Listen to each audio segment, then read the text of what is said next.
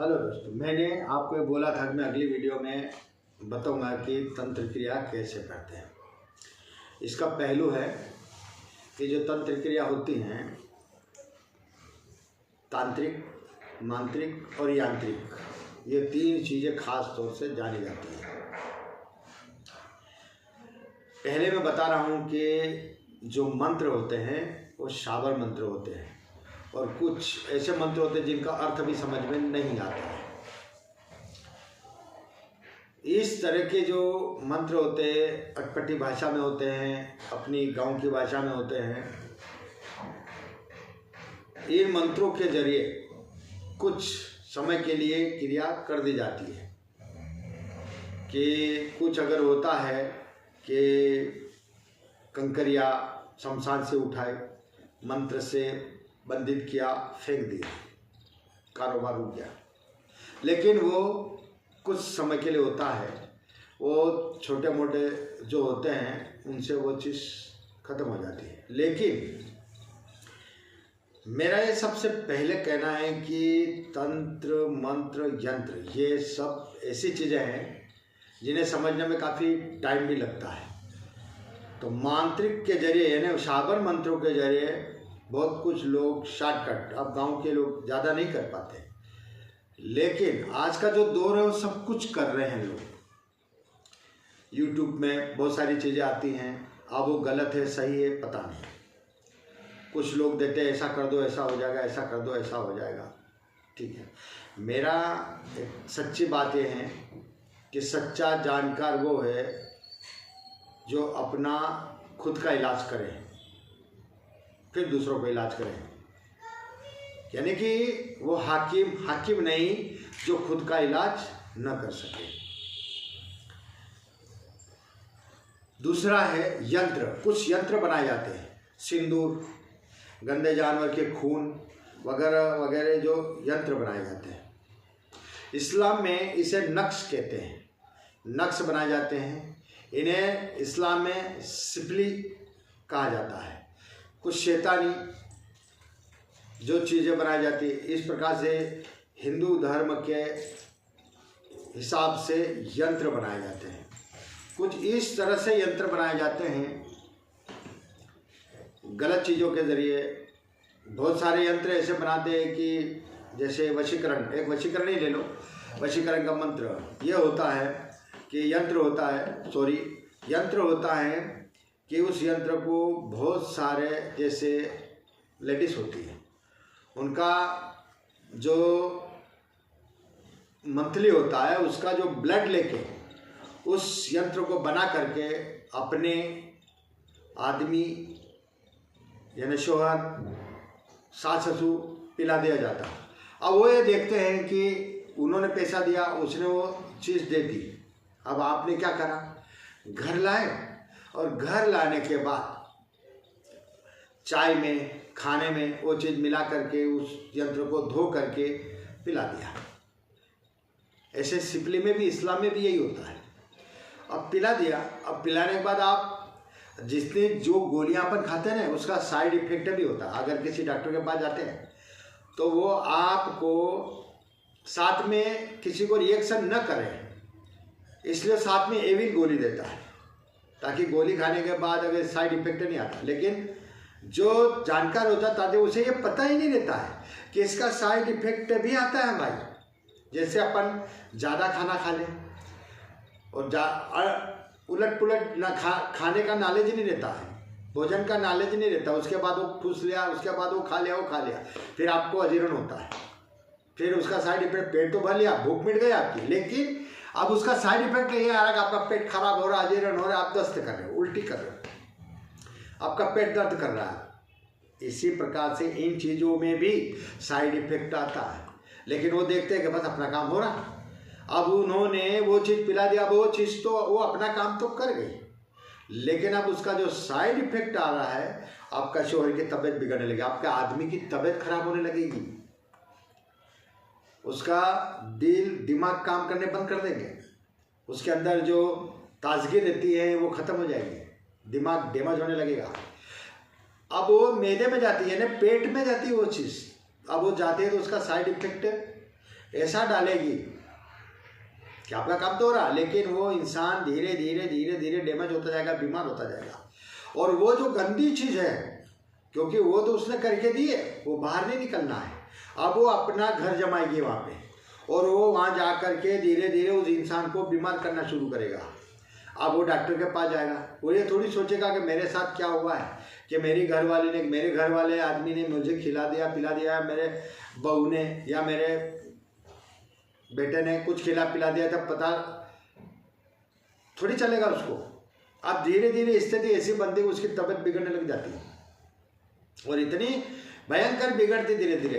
एक केस था, हमने देखा, एक लेडीज थी बेचारी, वो आई मेरे पास, उसने बोला कि मैं एक जगह गई थी शमशान में, वहाँ एक अघोरी जानकार रहता है शमशान में, फूकने वाला आदमी, मुर्दे फूकने वाला, जलाने वाला, कि मेरा आदमी ऐसा चल के भाई तो ऐसा करके ले जा। उसने जरा सी हड्डी और वो मुर्दे की जली हुई राख। अब वो जो मुर्दा है वो राख है, वो शमशान। अब वो चीज़ उसने ला करके अपने शोहर को, अपने आदमी को खिला दी। अब खिलाने के बाद में अब उसका फायदा तो नहीं हुआ, लेकिन उसका साइड इफेक्ट इतना आया कि उसकी तबीयत इतनी सीरियस हो गई कि उसको इधर उधर ले लेके भागना पड़ा, ठीक नहीं हुआ, इतने कगार पे आ गया। क्यों? कि वो जो शमशान, जो मसान था, वो उसके अंदर चला गया।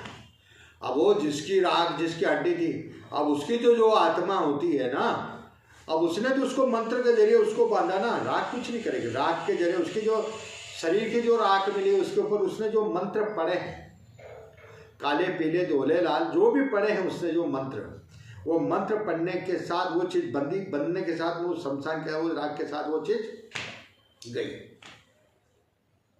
अब वो अंदर जाके उसने अपना अड्डा जमा लिया।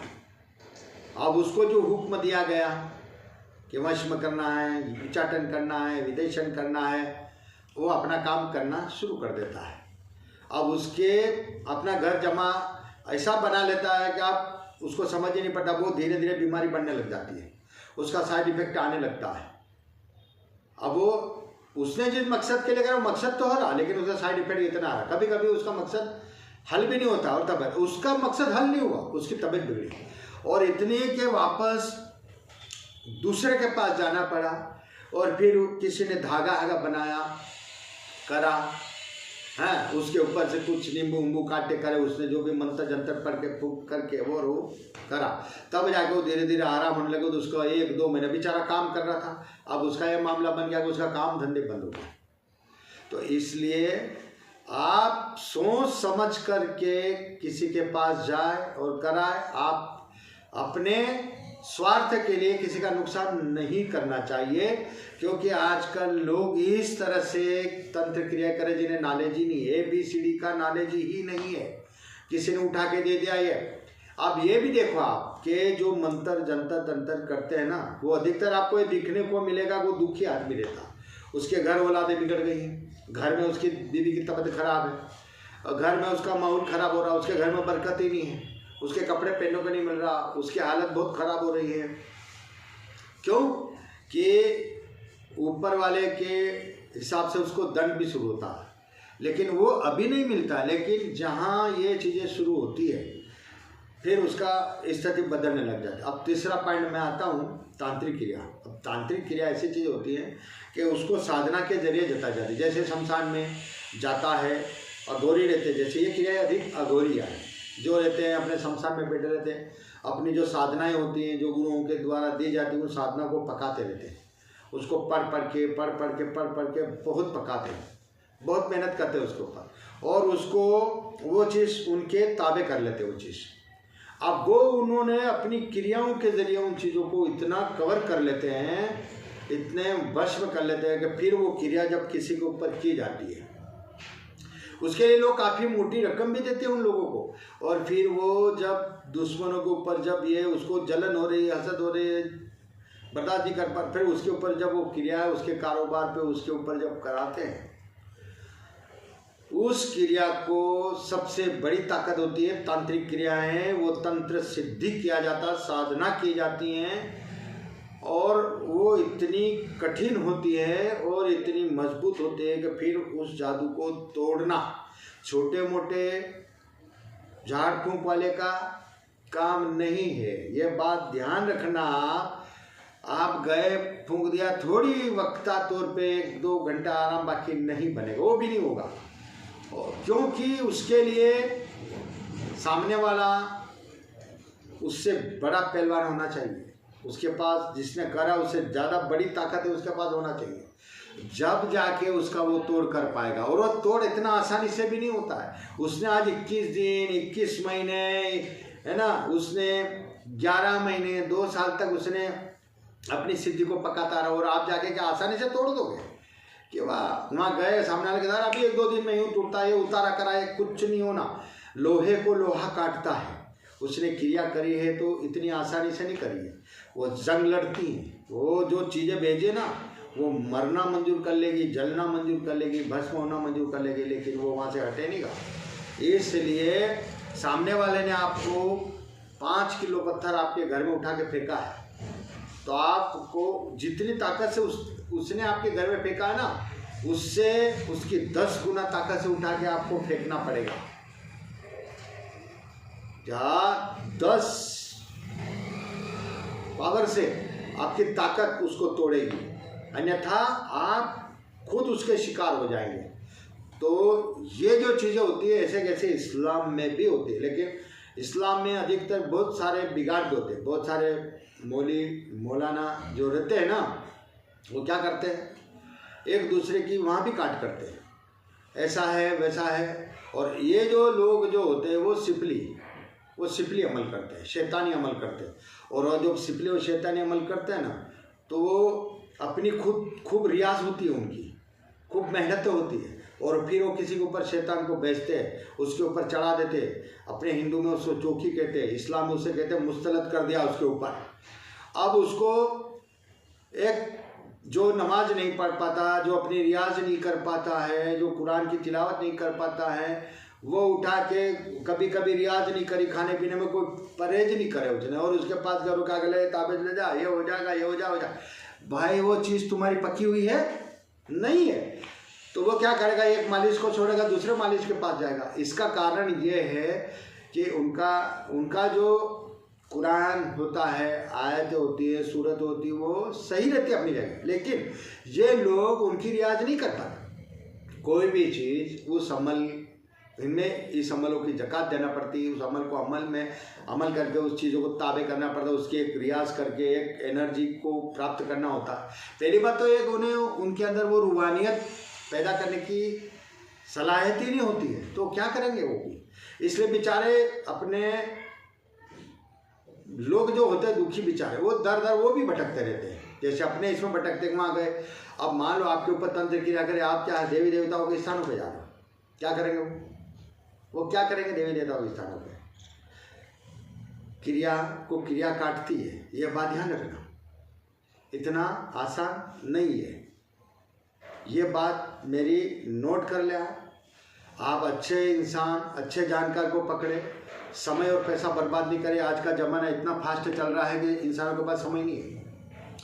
60, 70, 80, 90 साल की उम्र में क्या करेगा इंसान? 50 के बाद बूढ़ा होने लग जाता है। इंसान की जो भी ताजगी होती है ना, वो 30 से 50 के बीच में रहती हैं, और इसके बीच में इधर दौड़ के थक जाएगा, और एंड में जाके यार मेरा इलाज है, मैं क्या करूँ, उसका विश्वास हटता जाता है। और अच्छे लोग उनकी वजह से बदनाम होते जाते हैं। वो अपना धंधा चलाने के लिए, अपना कारोबार चलाने के लिए कुछ भी करते हैं, और ये एक हाजिरी आना, ढूंढना करना, ये एक आम बात है। कैसे? जैसे कहाँ ढोल बज रहा है, कहाँ भी देवी देवता स्थान पे गए, और कह रहे देखो मेरे स्थान पे आके कितने ढूंढ रहे। अरे भाई उनका इलाज तो कर, क्या ढूंढ रहे? ढूंढना नहीं चाहिए, मतलब वो तुम्हारे से बड़ा है, इससे तुम्हारे सामने हाजिरी दे रहा हुआ, ले क्या कर लेगा तुम्हें? अगले मेले आना, फिर आना, उसको थका देगा कर करके। ऐसा इस्लाम में भी दरगाहों पे होता है, ऐसा इधर भी होता है। ये तरीका इलाज करने का नहीं है भाई। इसलिए आप मेरी बात को ध्यान से सुने और इस बात को नोट कर ले, दिमाग बिठा ले। अच्छे जानकार, अच्छे मालिश को ही, जो वाकई धर्म के मुताबिक चलता हो, आध्यात्मिक के मुताबिक चलता हो, अपने शरीर के मुताबिक चलता हो, वो इंसान ही आपका इलाज कर पाएगा। अन्यथा आपका समय बर्बाद हो जाए। देखा होगा आपने, कई लोग ऐसे करते करते अरे पूरी ज़िंदगी नहीं निकला, पूरी ज़िंदगी मर गए बेचारे, लास्ट में बूढ़े हो गए, फिर उनके परिवार में वो जादू चला गया। वो क्रिया जब तक नहीं कटेगी अगला ठीक नहीं होगा। इसीलिए कहते हैं ना, ये पीढ़ी अच्छी थी, अब तीसरी पीढ़ी भीख मांग रहे, ये कर रहे, सब पीढ़ी खराब होती जाती है, सारे मामले खत्म हो जाते हैं। तो मेरा रिक्वेस्ट है कि अच्छे जानकार को ढूंढे, अच्छे मालिश को ढूंढे, फिर इलाज करवाए, समय को बर्बाद नहीं करें। और किसी ने कह दिया कि आपको 6 महीने लगे, साल भर नहीं, वो फिर मालिश नहीं है। ज़्यादा से ज़्यादा 3 महीना ही काफ़ी। इस्लाम के अंदर ज़्यादा से ज़्यादा 120 दिन में 4 के 3 चिल्ले कंप्लीट होते हैं, ज़्यादा नहीं होता। अन्यथा अगर कह दिया कि साल भर, 2 साल पढ़ो, या साल भर तक जा रही यात्रा, 3 साल 2 साल हो गए, नहीं भाई, आप भी समय बर्बाद कर रहे हैं और आपका इलाज नहीं हो पा रहा है। आप पूरा घर तबाह बर्बाद हो रहा है। आप सब, एक कहावत है गांव के अंदर कि 1 मांदा 100 आंदा, ये बात ध्यान रखना मेरी। इसलिए सोच समझ करके हमेशा इलाज कराए। तंत्र बहुत ख़राब चीज़ होती है और मैंने आपको ये विश्लेषण करके बताया है कि जादू इस तरह से किए जाते हैं और ऐसे भी होते हैं। बस इतना ही मैं दूंगा। अगली वीडियो और देखेंगे। मैं बहुत कुछ चीज़ें आपके सामने खोलूँगा, यानी एक पिटारा खोलूँगा कि वाकई किस तरह की आपको समझ में आएगा ये बात। तो ये मेरी रिक्वेस्ट है कि आप मेरी वीडियो गौर से सुनें, सब्सक्राइब करें, लाइक करें